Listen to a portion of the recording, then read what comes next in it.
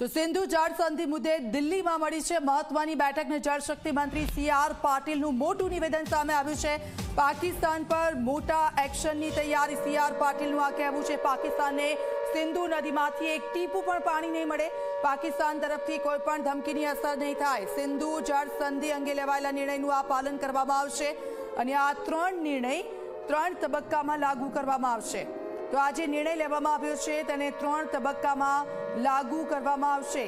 પાણીનું બગાડ ન થાય તેની ખાતરી માટે પણ વ્યવસ્થા કરાશે। પાકિસ્તાન જતું પાણી કોઈ પણ કિંમતે બંધ કરવામાં આવશે। પાકિસ્તાનમાં ટૂંક સમયમાં જ તેની અસર દેખાશે અને ડેમની ક્ષમતા વધારવામાં આવશે। તો આધુનિક ટેકનોલોજી સાથે આ ડેમની ક્ષમતા વધારાશે।